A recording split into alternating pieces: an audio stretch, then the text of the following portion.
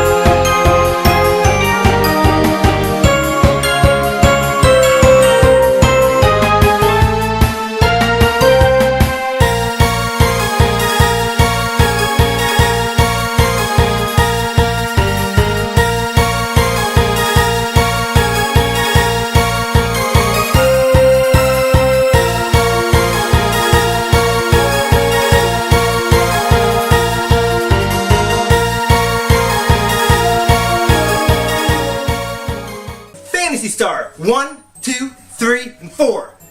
That's what today's episode is going to be about. My first experience and my first RPG that I've played. Welcome back to another episode of Wormys Playhouse, and here we have it.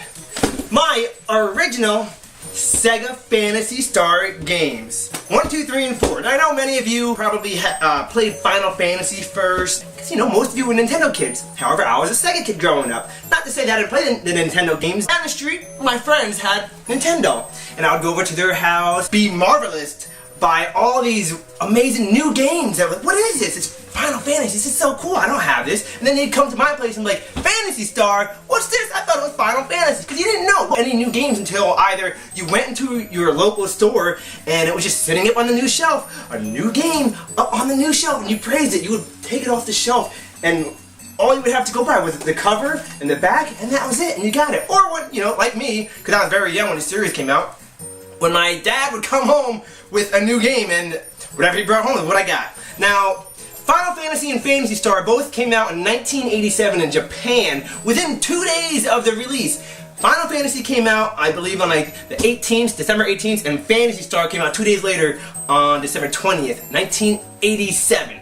That's a long time ago. Now, obviously, they were both in development at the same time. They both came out, you know, 2 days apart. However, we didn't know anything that was going on over in Japan. We live in the U.S. We had no internet.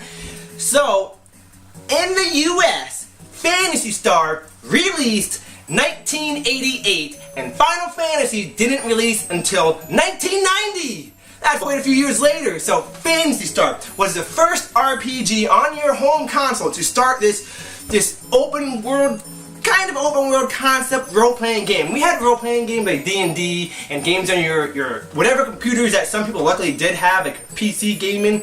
But it was more text-heavy based RPGs. Nothing like this, not an experience like this. Like Phantasy Star right here. This started this role-playing game experience. This was revolutionary for its time. You had this somewhat of an open world concept where you can go anywhere as you want. You had your little sprite that you would control and go all over the screen. You go into towns, you would walk into a weapons shop, and you would literally see an NPC figure right in front of you and like weapons on your wall. You would see a shield and a sword, and instead of just reading it and you'd have to use your imagination, you literally saw what you were thinking and it was there for you. And then when you would go out and explore the world, you would see, you know, mountains and forests and vast oceans. And when you go into a battle scene, you would actually see the enemy pop up, and they'd have like a little animation, and when they would attack, and a little animation would happen and trigger, and this was really cool to see. This was my first RPG, Phantasy Star. Probably one of my first games, actually. I mean, I was very young. 1988 this came out, so I was like 4 years old then. So this was all I knew. This is what we had. Phantasy Star. But it was revolutionary. Such an amazing game. And I just started that genre. So this game takes place set in the future of Algo star system. I'm not gonna get too much into the storytelling. I'm not gonna try not to do any spoilers, and then I'm not gonna do any reviews. This is just my impressions of this series because I love this series, and I never talked about it. And I don't know why. So it deserves more praise than what people give it. And I really wish they'd bring it back. I know they do the Phantasy Star Online, but I want the actual single player mode video games. The single player games are not dead yet. they're still around. So this was my life when I was a kid. Phantasy Star, playing as Alice in the Algo star system, trying to defeat the ultimate enemy, Dark Fact, or Dark Falls. They changed the translation a few times because, let's face it, back then the translation for video games were atrocious. And then one day, my father brought home the Sega Genesis. This was on the Sega Master System, the first one. And the Sega Master System was compared to the NES, and the Sega Genesis is compared to the SNES. So one day I'll do a review of my Genesis. It's tucked away there. But my father brought home the Sega Master System, and I remember what was on it. I think we got Altered Beast and Sonic the Hedgehog. Great games, very great games. But then he came home one day, and I remember I was running down the stairs, and he pulled out of a plastic bag Phantasy Star 2. This was my all-time favorite RPG, and still is today. Out of this series, this is definitely my favorite. Phantasy Star 2. Now, this was considered a very hard game. A large game, nonetheless, and very complicated. So much that it included this huge hint book about all the characters, the towns, menu items and stuff, and all these maps of all the dungeons. This had many new characters. Phantasy Star had 4 characters. That's it. You just get your main 4. But this introduced a whole bunch of new characters. I think you had like 8 different characters that you could pick from. You didn't have to have them all, but you could. You could level them all up, so there's tons of replay value with that. Amazing story in this. One of my favorite games, the music. I love the music in this game. Although if you're wondering what to play, in which order, just play them in the normal order they came all out. 1, 2, 3, and 4. Because each one, it's a new timeline, but same overworld, same concept, same star system. New characters, you know, like 1,000 years later or whatever. But there's references. It's minor little hints and references to the previous ones, especially number 4. That said, we're going to get into the black sheep of the family. Phantasy Star 3, Generations of Doom. Now this was created by, I think, a new team, new developers, so they wanted to do their own thing. It was very different from the others.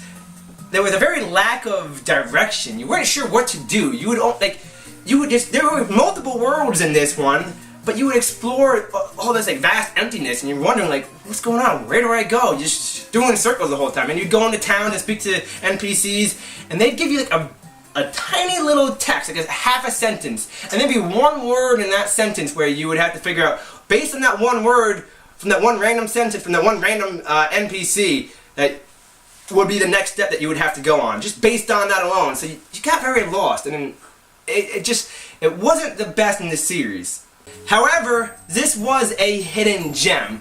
It had this awesome, the whole Generations of Doom was literally Generations of Doom. You would start with your main character, and then you'd go on a huge quest, and then at the end of that quest, you would have like 2 options of who you can marry. And depending on who you would marry, you would have offspring. And then you would now play as those kids.